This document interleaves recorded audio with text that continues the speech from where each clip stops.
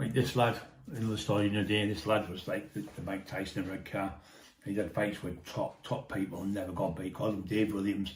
He actually had a gym, his dad was a millionaire. He had the first gym in England, I think, one of the first gyms in England to be like the American gyms. He went over, he brought Bertel Fox over, a lad called Marlon Darton, who got interviewed to be the Mr. T. He got interviewed for that, and he was there, but they actually got Mr. T instead. And he was called Marlon Darton, Mr. America. I trained with him for 2 weeks. I trained with Bertel Fox for 2 weeks. I was at the gym, he trained there. He's fucking huge, Bertel Fox.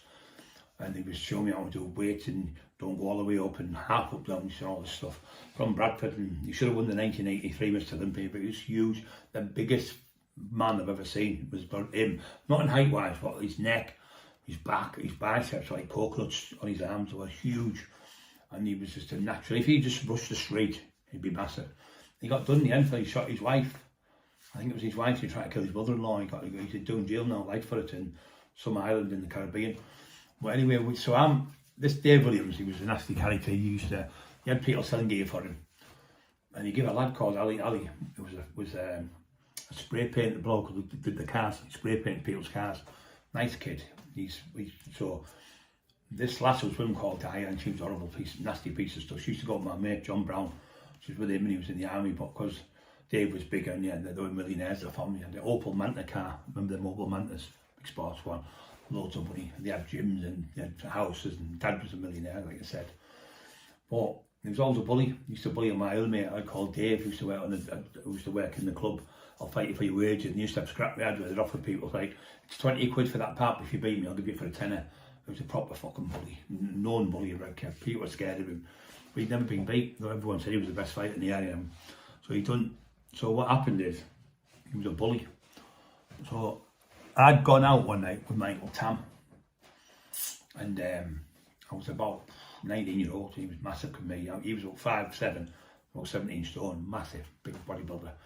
And I come in for it, and there was a drink, and I spilt it. It was a bit of boxing on. And I watch what you do with that. So the next day, he come down the gym where I trained, because I trained at the Olympia then. So I trained at a place called the Chapel Gym, which was a little tiny gym. It was called the Chapel Gym because it used to be a little church.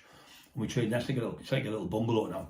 We trained there, it was me and Peter Ayton and Terry Cooper were like Mr. Olympias to me. They were like, I looked up to them. Terry was about 5, 6 years old, me and Peter. And they let me train with them. That's how I got my physique stronger. So I was about 22 when I was there. And they came round doing Craig Howard. He was 7th in the Mr. North East, Mr. England. Really good body. Put his name Craig Howard. You'll see him from 1987. I think he was competing on stage and he did loads of shows. He was really good, one of the best bodybuilders in the area. Anyway, he's now fell out with Dave Williams because he was friends with him. He's friends with me. So he's coming to Porsche, and what happened, so I know I'm going a bit about here. So when I'm in the gym when I'm 22, he tried to come like bully me. I wasn't scared, I was going to have a fight with him. I probably would have got beat because he's a lot bigger than me. But Jeff Robinson was backing me up and Peter and Terry Cooper backing me up in the gym. So he came in because I wasn't backing down like bullies. He was like, all right, I'll see you later, and all that, and nice as pie and all that to me. I thought, so I left it. But anyway, it was still in my head what he done to me. Then when he battered this, what happened, you give this lad some ecstasy to sell. And when I used to do scams, I had done scams, but not for good people. This kid worked for a living. He had 2 little kids with him. So he's gone round Dave Williams, said, there's 100 sell them. So he sold about 20 of them to people. And what he'd done is he gave them aspirins and he'd filed them down. So they were just normal aspirins. So the lad's trying to sell them. And he only had a little tiny, he did 9 stone, about 5'4" something. So he's got, he went, you're fucking getting them all, you pay me for the full lot. I went, I think he was charging me 6, 7 quid each for them, so I wanted 7 grand back for these. I think it was 7 grand, something like that he was after for. Anyway, the fucking lad couldn't pay it. Anyway, she's gone, Dave, beat him. So he's beaten him to the body, broke his ribs, bust all his face. His 2 little kids are there, I think about 6 and 7 year olds, 8 and 9 year olds, something like that. So he's told Chino was best friends with me as well. Another one's gone now, loads of stories about him from Redcar. So Chino went, oh, he's fucking out of order. I said, I'll fight the cunt. So I'm about 26 now. So I'm down Redcar and I was at Emma's. Oh, who do you think fucking pulls up out of nowhere? Dave Williams. So they've phoned me. So he's at such and such a... I'm here now, I'm in the house. They've come down, followed him, because he said he was going to go and see someone. And he had the lads in the flat doing it, a lad called Mally, who's friends with ours. And he's trying to get them to sell the key. And I went, oh, then me and you. So I'm jumping out the cars with him. Come on, me and you, one to one. So he's in the car looking at me.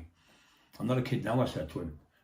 So he's going, you're too big, he's shouting to me. I went, get out the fucking car now. So he wouldn't get out the car. So get out the fucking car. So he's got out the car. And he ran at me trying to grab my legs. I went, what the fuck are you doing? And my legs were 36 inches and I just grabbed him, picked it up and I threw him over the fucking car, over this car in the seafront. And he fell over the car. He bounced off it and hit the floor. I've come round and caught him in the right hand and I've caught him half decent left hook and dropped him. So I've got on top of him, I've stuck my fingers in his eyes, his fucking eyes popped. Like Vincent Price, you know the old movies with Christopher Lee when the bleed, all his eyes were pouring the blood. Anyway, his fucking eyes hanging out his fucking face and half hanging out his eyes, all cut down here where I've stuck my thumbs on. I weigh 24 stone now, maybe more. Maybe, yeah, 24 stone I weigh, yeah. And I'm 24, 25, 26 years old, something like that. 26, I think. And anyway, he's shouting, I've had enough. Anyway, I thought, I've probably got 2 charges, mate. I'm up for fucking 2 assaults. So anyway, I fucking let him get up. So anyway, fucking called it a day anyway. He fucking went blind for about 10 days.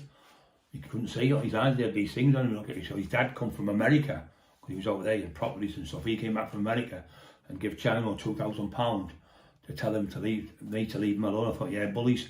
And after that, he was never seen again. He fucked off to Australia and retired out of the area. So bullies always get the comeuppance, don't they? So especially with me, I won't let things go. What somebody's done out bad to me, I won't let it go. I'll have it in here. It might take 10 years, but I won't let it go. It's still in here, in that little memory bank. So another story today, guys. So he got bashed, and that was the end of him. He never ever come back. He was never seen again. Not that he went missing in that way. He was never seen again. So another story there for you guys. More to come.